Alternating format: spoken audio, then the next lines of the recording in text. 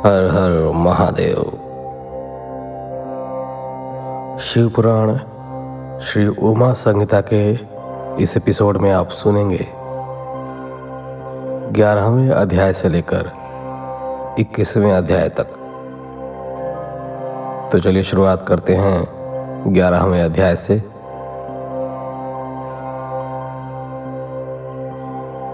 ग्यारहवां अध्याय, अन्नदान महिमा। व्यास जी बोले, प्रभु, पापी मनुष्यों को अनेक दुख भोगते हुए यमलोक का रास्ता तय करना पड़ता है। क्या ऐसा कोई उपाय है जिससे यम मार्ग की यात्रा सुखपूर्वक पूरी की जा सके?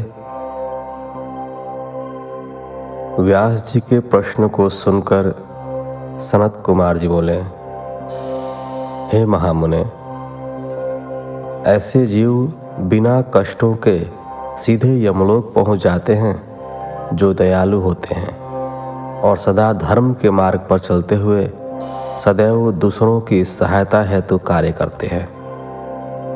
जो सत्पुरुष ब्राह्मणों को खड़ाऊ या जूते पहनाते हैं वे घोड़े पर यमपुरी जाते हैं।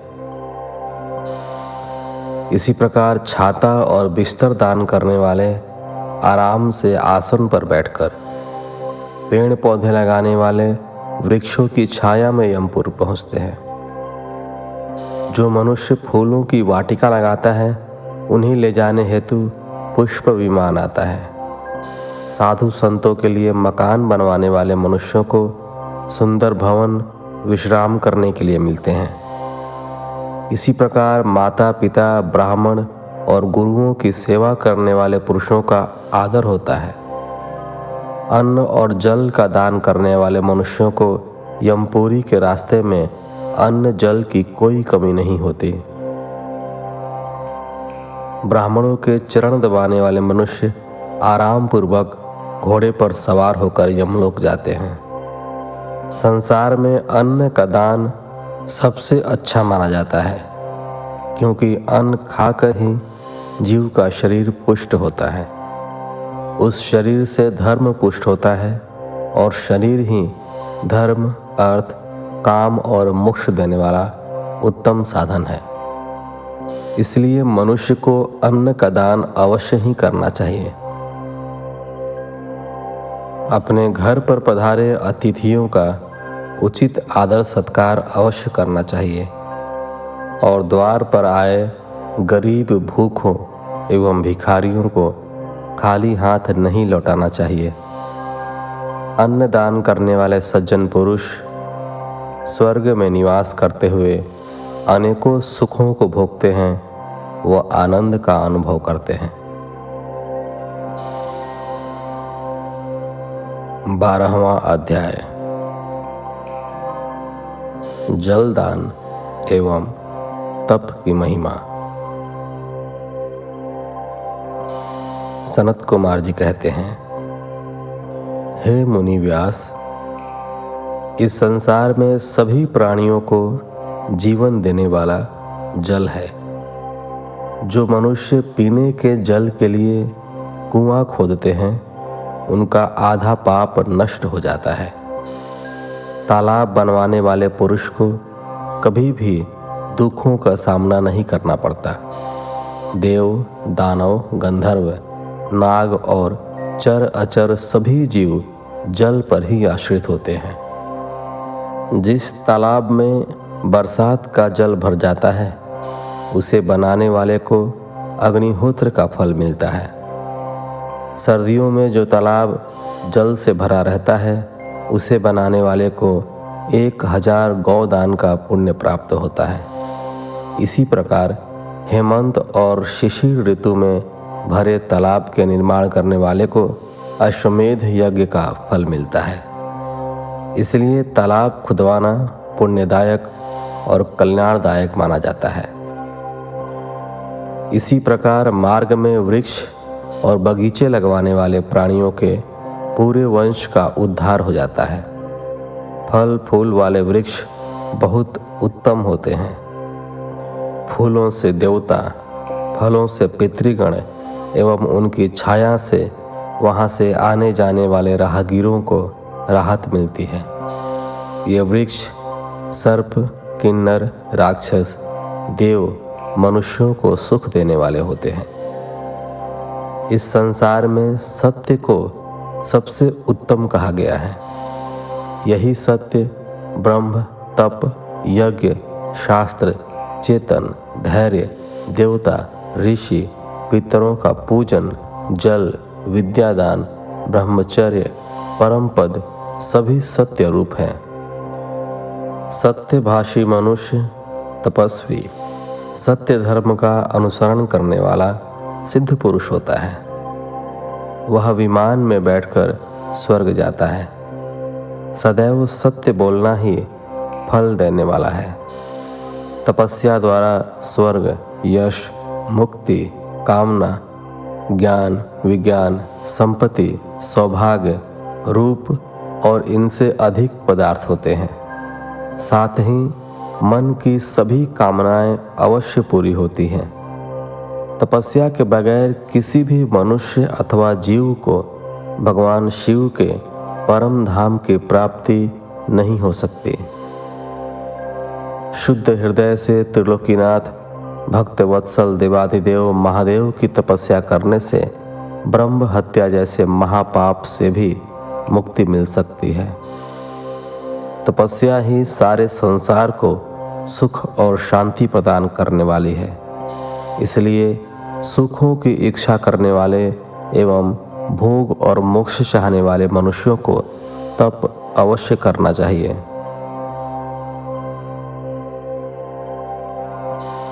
तेरहवां अध्याय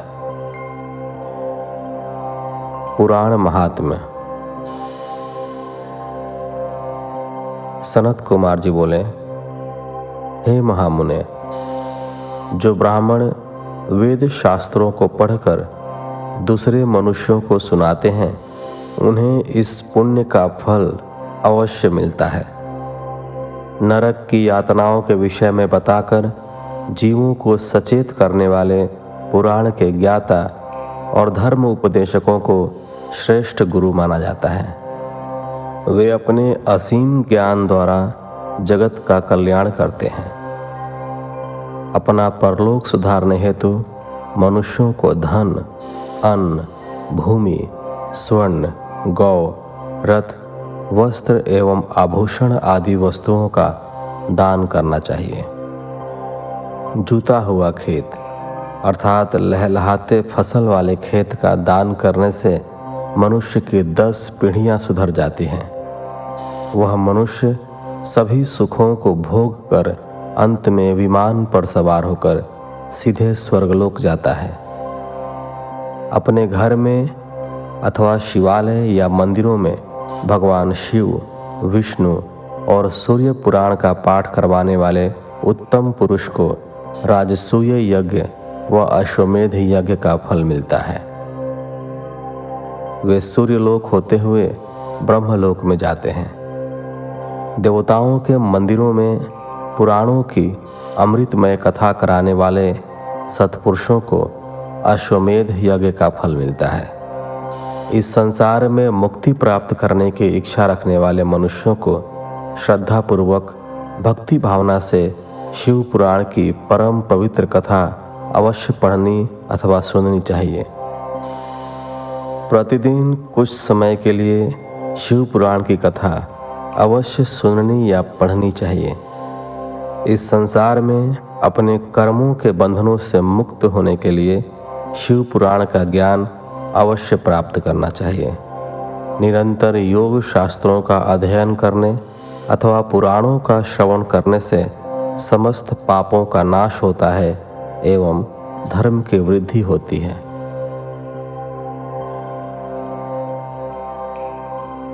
चौदहवां अध्याय विभिन्न दानों का वर्णन।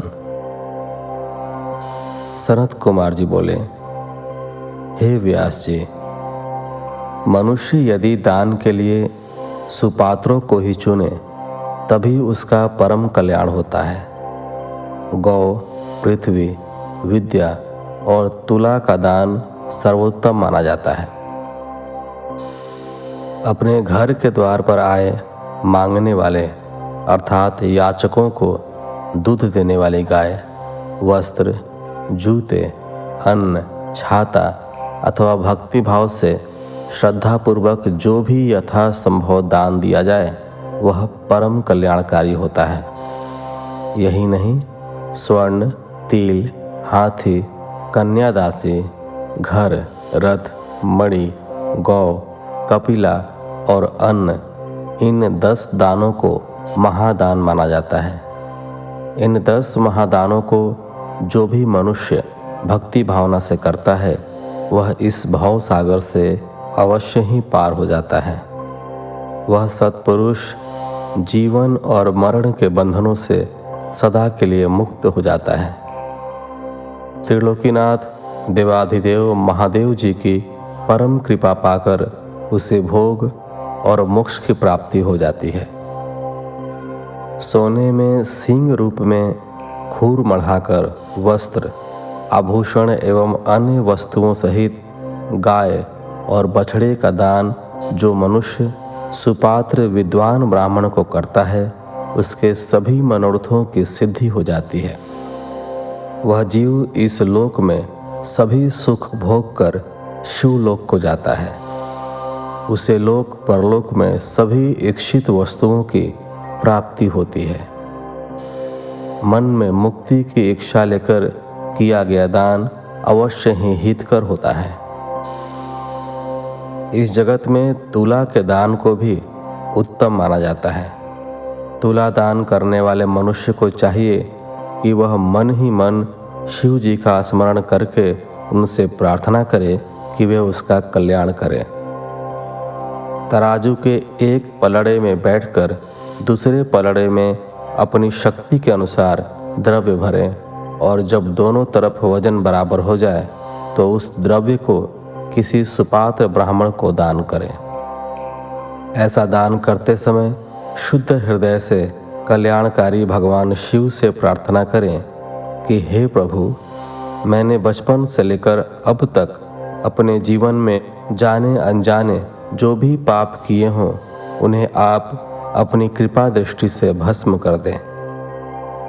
हे ऋषिगणों, इस प्रकार तुला दान से जीव सभी पापों से मुक्त हो जाता है तथा सीधे स्वर्गलोक को जाता है और वहीं निवास करता हुआ सभी उत्तम भोगों को भोगता है। 15वां अध्याय पाताल लोक का वर्णन।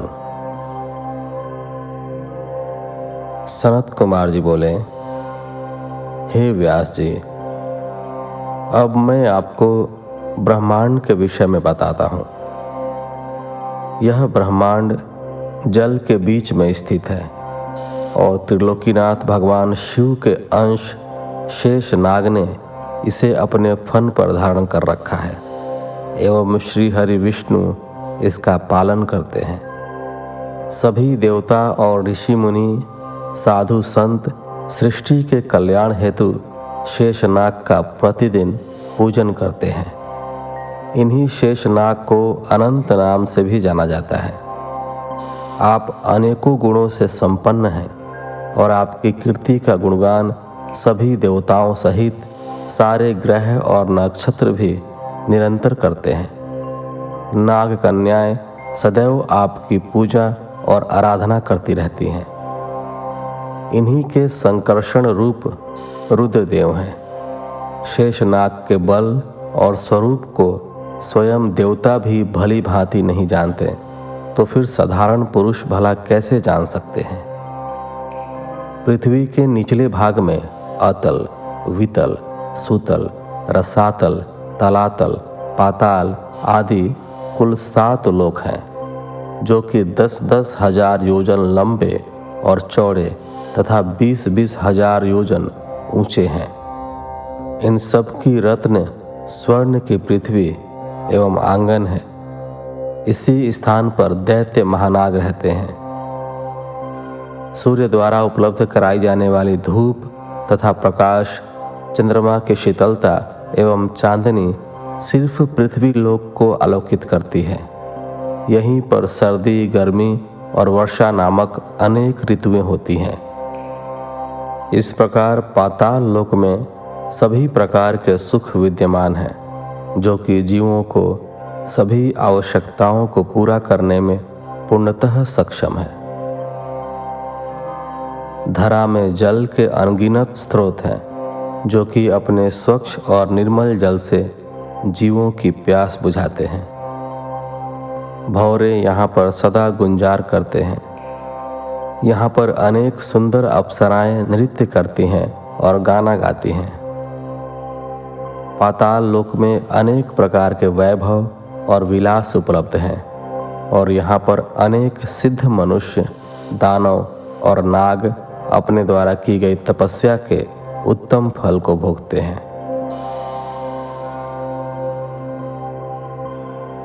16वां अध्याय। शिव स्मरण द्वारा नरकों से मुक्ति। सनत कुमार जी बोले, हे महामुने, इन्हीं लोकों में सबसे ऊंचे हिस्से में रौरव, शंकर, शुकर, महाज्वाला, तप्त कुंड, लवण, वैतरणी नदी, कृमि कृमि, भोजन, कठिन, असिपत्र वन, बालाभक्ष, दारुण, संदेश कालसूत्र, महारौरव, शालमली आदि नाम के बड़े ही दुखदायी और कष्टकारक नरक हैं। इन नरकों में आकर पापी मनुष्य की आत्मा अनेक यातनाएं भोगती है। जो ब्राह्मण असत्य के मार्ग पर चलता है, उसे रौरव नामक नरक को भोगना पड़ता है। चोरी करने वाला, दूसरे को धोखा देने वाला, शराब पीने वाला, गुरु की हत्या करने वाले पापी कुंभी नरक में जाते हैं।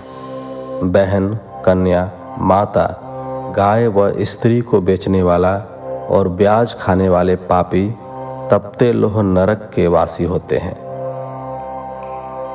गाय की हत्या करने वाले, देवता और पितरों से बैर रखने वाले मनुष्य कृमि भक्ष नरक को भोगते हैं। इस नरक में उन्हें कीड़े खाते हैं।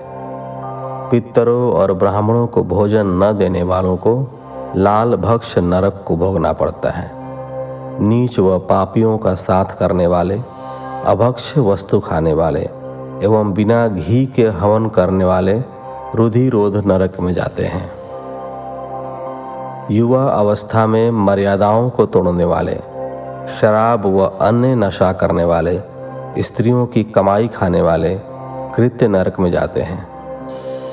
वृक्षों को अकारण काटने वाले असिपत्र नरक में, मृगों का शिकार करने वाले ज्वाला नरक में जाते हैं। दूसरों के घर में आग लगाने वाले स्वपाक नरक में तथा अपनी संतान को पढ़ाई से वंचित रखने वाले स्वभोजन नरक में अपने पापों को भोगते हैं। मनुष्य को अपने शरीर एवं वाणी द्वारा किए गए पापों का प्रायश्चित अवश्य करना पड़ता है।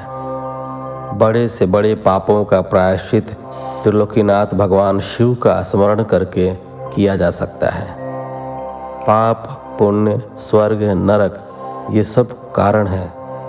असल में सुख दुख सब मन की कल्पनाएं हैं।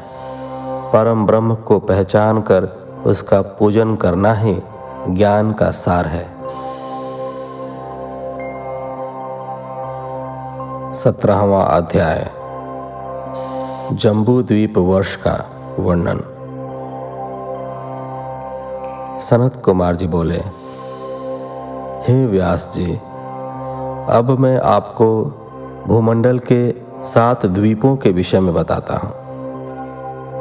जम्बू, प्लक्षु, शालमली, कुश, क्रौंच, शाक, पुष्कर ये 7 महाद्वीप हैं। इन द्वीपों के चारों ओर 7 समुद्र हैं।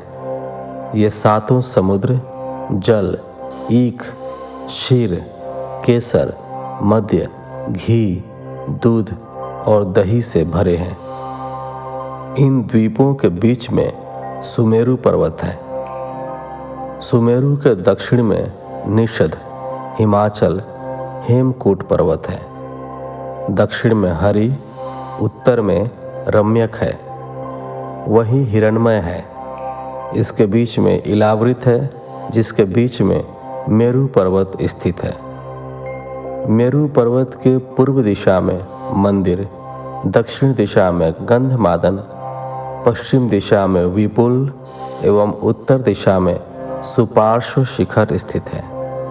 इनके ऊपर कदम्ब, जामुन, पीपल आदि वृक्ष हमेशा ही पाए जाते हैं। जम्बू द्वीप में जामुन के पेड़ों से बड़े बड़े फल गिरते हैं। इसके फलों का रस धारा के रूप में बहता हुआ जम्बू नदी के नाम से जाना जाता है। मेरु के पूर्व में भद्राश्व, पश्चिम में केतुमाल तथा इसके बीच में इलावृत है। पूर्व में चैत्र रथ, दक्षिण में गंधमादन, पश्चिम में विभ्राज्य, उत्तर में नंदनवन है। यहीं पर अरुणोद, महाभद्र, शीतोद और मानस नामक सरोवर हैं। मेरु पर्वत के पूर्व में कुरंग, शित्ताजन, कुररहा, माल्यवान आदि पर्वत हैं। दक्षिण में शिखिर, चित्रकूट, पलंग, रुचक, निषद, कपिल नामक पर्वत हैं। पश्चिम दिशा में श्रीनिवास, कुसुम्भ, कपिल, नारद, नाग आदि स्थित हैं। उत्तर में शंखचूर्ण, ऋषभ, हंस, काल, जरा और केशराचल आदि पर्वत स्थित हैं। सुमेरु नामक पर्वत पर ब्रह्मा की शातकोणपुरी विद्यमान है। शातकोणपुरी के पास ही अमरावती, तेजोवती, संयमनी, कृष्णांगना, श्रद्धावती, गंधवती, यशोवती नामक 8 पुरियां हैं। शतकोणपुरी के बीच में पतित पावनी गंगा नदी चंद्रमंडल को भेद कर सीता, अलकनंदा, चक्षु एवं भद्र धाराओं में बट जाती है।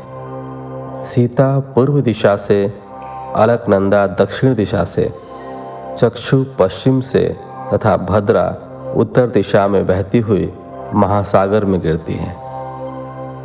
सुनील, माल्यवान, निषद, गंधमादन आदि पर्वत सुमेरु पर्वत के चारों ओर खिली हुई कलियों के समान हैं। इसी प्रकार केतुमाल, भद्राश्च, कुश्व, मर्यादा, लोक पर्वत, लोकपदम भारत के चारों ओर पत्तों की तरह खड़े हैं। देवकूट पर्वत पर केवल धर्मात्मा पुरुष ही रह सकते हैं। वहाँ पापी मनुष्य नहीं जा सकते। यहाँ पर रोग, शोक, कष्ट नहीं सताते और वे 12,000 वर्ष की आयु पाते हैं।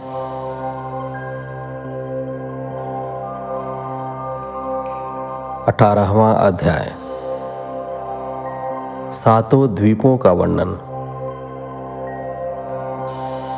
व्यास जी बोले, हे ब्रह्मपुत्र सनत कुमार जी, अब आप हमें सातों द्वीपों के विषय में बताइए। यह सुनकर सनत कुमार जी बोले, हे व्यास जी, मैं आपको सातों द्वीपों के बारे में बताता हूँ। जम्बू द्वीप हिमालय के दक्षिण समुद्र से उत्तर की ओर फैला 9,000 योजन जम्बू द्वीप है। यह कर्म भूमि भी कहलाता है।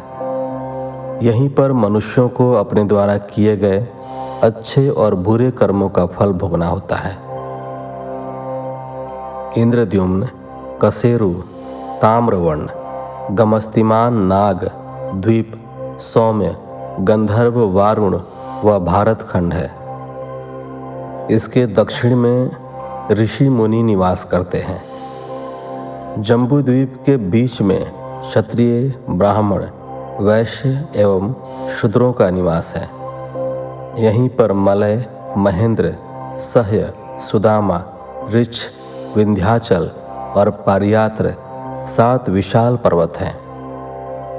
पारियात्र पर्वत पर वेद स्मृति एवं पुराण प्रकट हुए।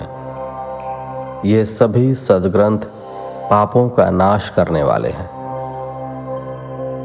ऋक्ष द्वीप। ऋक्ष पर्वत का विशाल क्षेत्र ऋक्ष द्वीप के नाम से जाना जाता है। इसी स्थान से समस्त पापों का नाश करने वाली गोदावरी, भीमरथी, ताप्ती व अन्य नदियां बहती हैं। कृष्णा, वेड़ी नदियां सह्य पर्वत से, कृतमाला और ताम्रवर्णी मलयाचल पर्वत से बहती हैं। महेंद्र पर्वत से त्रिमाया, ऋषिकुल्या और कुमारी नदियां बहती हैं। इन पवित्र नदियों के मार्ग में अनेक शहर, गांव आदि पड़ते हैं। ये पवित्र नदियां वहां निवास करने वालों की प्यास को शांत करती हैं। यही नहीं, उनके पापों का नाश भी इनके जल स्पर्श से हो जाता है। प्लक्ष द्वीप। प्लक्ष द्वीप क्षार समुद्र से घिरा हुआ है। इसी द्वीप पर गोमंत, चंद्र, नारद, दर्दुर, सोनक, सुमन, वैभ्राज्र नामक पर्वत हैं। अनुतप्त, शिखी, पापहनी, त्रिदीवा, कृपा, अमृता, सुग्रीवा नामक 7 नदियां प्लक्ष द्वीप की शोभा बढ़ाती हैं। यहाँ के मनोहर वातावरण में देवता और गंधर्वों सहित अनेक जातियां निवास करती हैं। इस द्वीप में निवास करने वाले प्राणियों की रक्षा के लिए देवाधिदेव महादेव का ब्रह्मा और विष्णु भी पूजन किया करते हैं। शाल्मली द्वीप के बीचों बीच सेमल का एक विशाल वृक्ष है।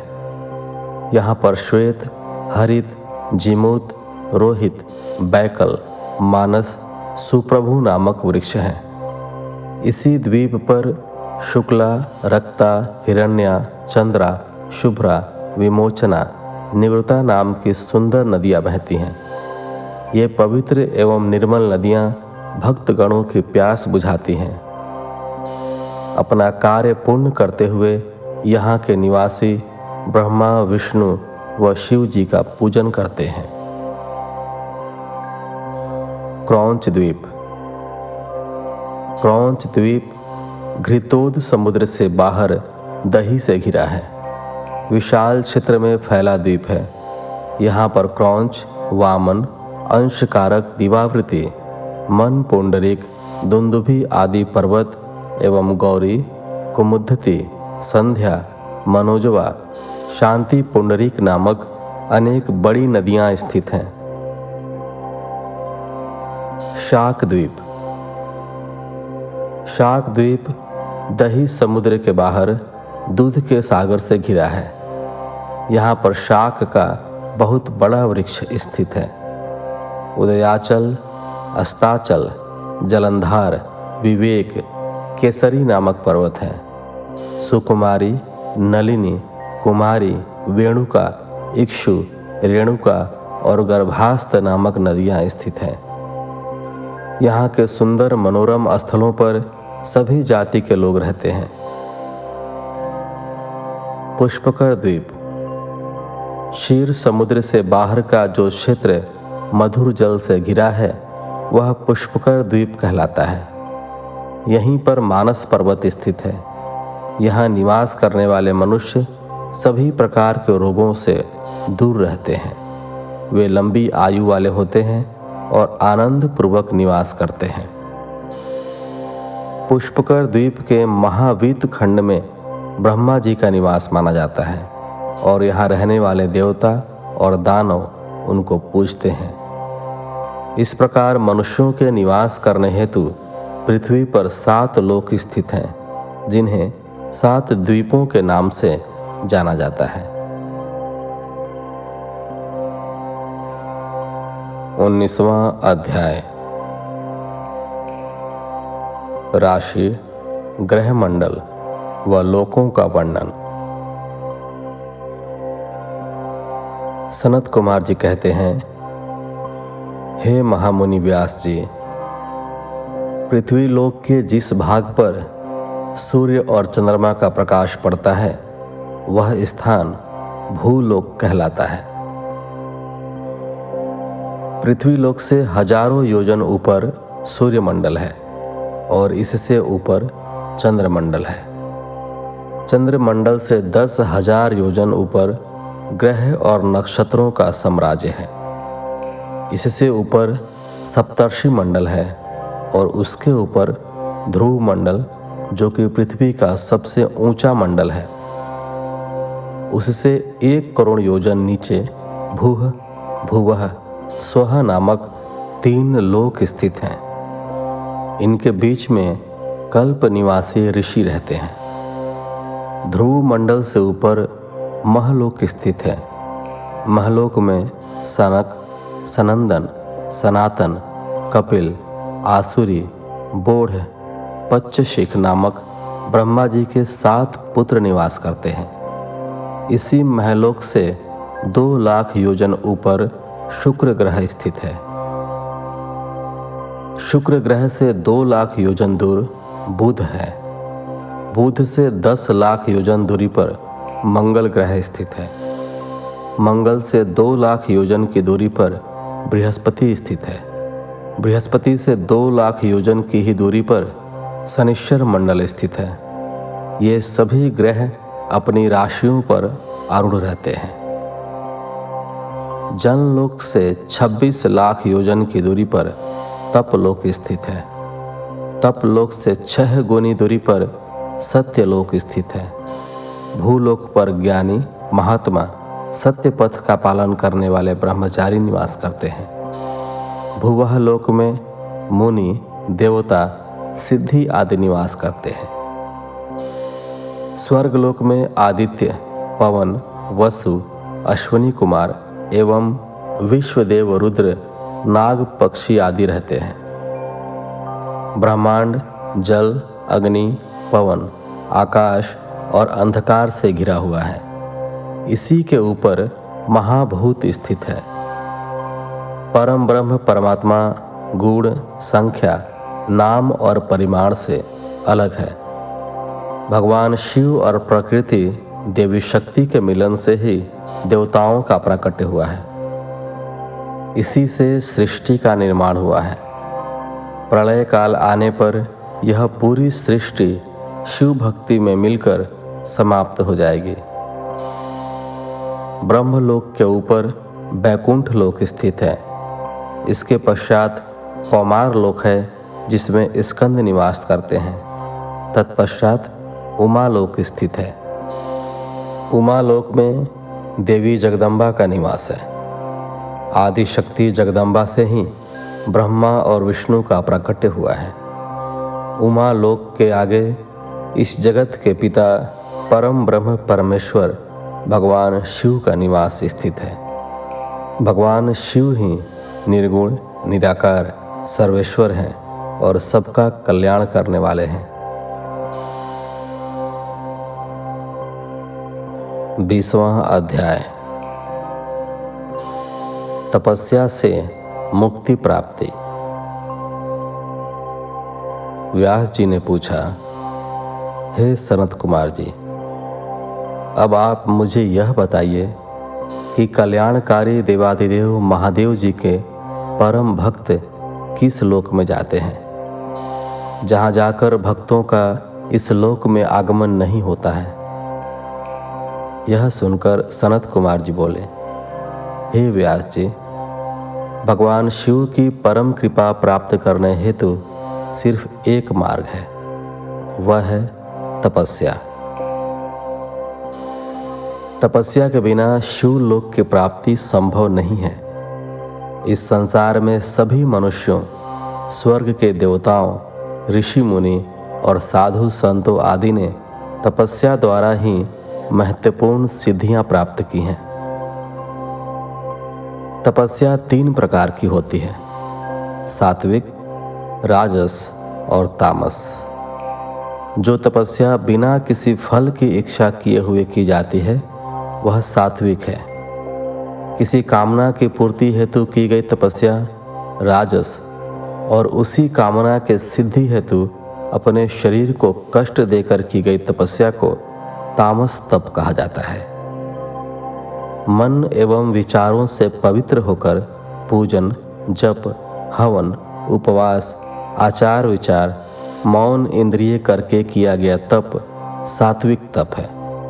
बावड़ी, तालाब, कुआं, मकान, धर्मशालाएं और विद्यालय बनवाने से शिव पद को पाने का मार्ग प्रशस्त होता है। धन, वैभव और मद में चूर होकर मनुष्य सांसारिक बंधनों में बंधा रहता है। 84,000 योनियों को भोगने के पश्चात मनुष्य योनि की प्राप्ति होती है। यदि इसमें भी उद्धार का कोई उपाय नहीं किया तो सिर्फ पश्चाताप ही शेष रह जाता है। यहीं पर कर्म भूमि और फल भूमि दोनों हैं। धरती पर किए गए शुभ कर्मों का फल स्वर्गलोक में मिलता है। इसलिए सदा सत्य के मार्ग का अनुसरण करें, दान पुण्य के मार्ग पर चलें। अपने जीवन काल में जिन्होंने कुछ समय के लिए त्रिलोकीनाथ भगवान शिव के नाम का स्मरण किया है, उन्हें भयानक नरक को नहीं भोगना पड़ता। हर प्रकार के दुख, दर्द एवं पापों से मुक्ति दिलाने वाली शिव भक्ति ही है जिसके द्वारा मनुष्य जीवन के बंधनों से मुक्त होकर शिव पद को प्राप्त करता है।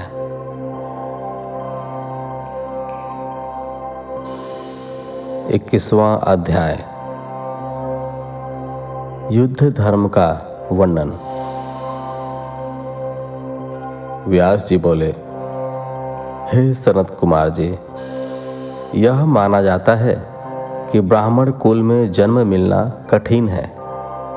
मैंने यह भी सुना है कि सर्वेश्वर शिव के सिर से ब्राह्मण, भुजाओं से क्षत्रिय, जंघा से वैश्य एवं चरणों से शूद्र उत्पन्न हुए हैं। महर्षि, कृपा कर बताइए कि नीच मनुष्यों की क्या स्थिति होती है। व्यास जी के वचन सुनकर सनत कुमार जी बोले, हे महामुनि व्यास जी, मनुष्य अपने द्वारा किए गए पापों के कारण अपने स्थान से गिर जाता है। मनुष्य द्वारा किए गए शुभ व अच्छे कर्म मनुष्य के स्थान की रक्षा करते हैं। क्षत्रिय जाति में जन्म पाने वाले मनुष्यों को पूर्व जन्म में किए गए बुरे कर्मों के कारण ही क्षत्रिय वर्ण में जन्म मिला होता है। इसलिए मनुष्य को चाहिए कि वह विपत्ति एवं कठिनाइयों के समय भी दृढ़ता से अपने कर्तव्य का अनुसरण करे। उसे अपने कर्तव्यों का पालन करना चाहिए, उसे बुरे कार्यों में नहीं लगना चाहिए। इसी प्रकार मनुष्य अपने स्थान की रक्षा कर सकते हैं। शूद्र वर्ण में जन्म लेने वाले मनुष्य यदि अपने से ऊंचे तीनों वर्णों की सेवा मन लगाकर उचित रीति से धर्मानुसार जीवन भर करते हैं तो उन्हें अगले जन्म में वैश्य वर्ण में जन्म मिलता है। इसी प्रकार जो वैश्य विधि विधान के अनुसार पूजा अर्चना करता है और हवन आदि करता है और सदा धर्म और सत्य के पथ पर चलता है तो उसे अपने दूसरे जन्म में क्षत्रिय होने का गौरव मिलता है। जो क्षत्रिय विधि पूर्वक यज्ञ और अनुष्ठान श्रेष्ठ ऋषिगणों के सानिध्य में पूरे करता है, वह अपने क्षत्रिय धर्म का सही से पालन करता है, उसे ब्राह्मण कुल में दूसरा जन्म मिलता है। इसी प्रकार ब्राह्मण कुल का जो ब्राह्मण अपने धर्म का दृढ़ता एवं स्थिरता से पालन करता है, वह देवता को प्रसन्न करता है, उसे स्वर्ग की प्राप्ति होती है। व्यास जी ने फिर पूछा, हे सनत कुमार जी, अब आप हम सबको युद्ध का महात्म्य सुनाएं। सनत कुमार जी बोले, हे महामुनि, जिस अद्भुत फल की प्राप्ति विभिन्न प्रकार के यज्ञों जैसे अग्निष्टोम आदि को विधि विधान से करने से भी नहीं होती, उस महाफल की प्राप्ति युद्ध द्वारा आसानी से हो सकती है। धर्मपूर्वक अपने पथ पर अडिग रहने वाला क्षत्रिय, जो कि युद्ध में पराजित नहीं होता और न ही युद्ध में पीठ दिखाता है, ऐसा वीर योद्धा जो लड़ते लड़ते युद्ध क्षेत्र में पराजित न होकर वीरगति को प्राप्त होता है, उसे सीधे स्वर्गलोक की प्राप्ति होती है। वह जीवन मृत्यु के बंधनों से मुक्त हो जाता है। अपने शत्रुओं को मारकर स्वयं भी मर जाने वाले क्षत्रियों को निश्चय ही स्वर्ग में स्थान मिलता है। युद्ध भूमि में प्राप्त हुई मृत्यु सभी जाति एवं वर्णों के लिए सुखदायक है। युद्ध के मैदान में यदि ब्राह्मण भी शस्त्रों को साथ लेकर युद्ध के लिए आता है तो उसका वध करना ब्रह्म हत्या नहीं होता और उसका पाप भी नहीं लगता। मरता हुआ मनुष्य यदि पानी मांगे तो उसकी प्यास बुझाना धर्म संगत है। कभी भी शरण में आए मनुष्यों को युद्ध में नहीं मारना चाहिए, अन्यथा ब्रह्म हत्या का पाप लगता है। इस प्रकार 21वें अध्याय के साथ इस एपिसोड को यहीं विराम देते हैं। मिलते हैं आपसे अगले एपिसोड में। तब तक के लिए धन्यवाद। हर हर महादेव।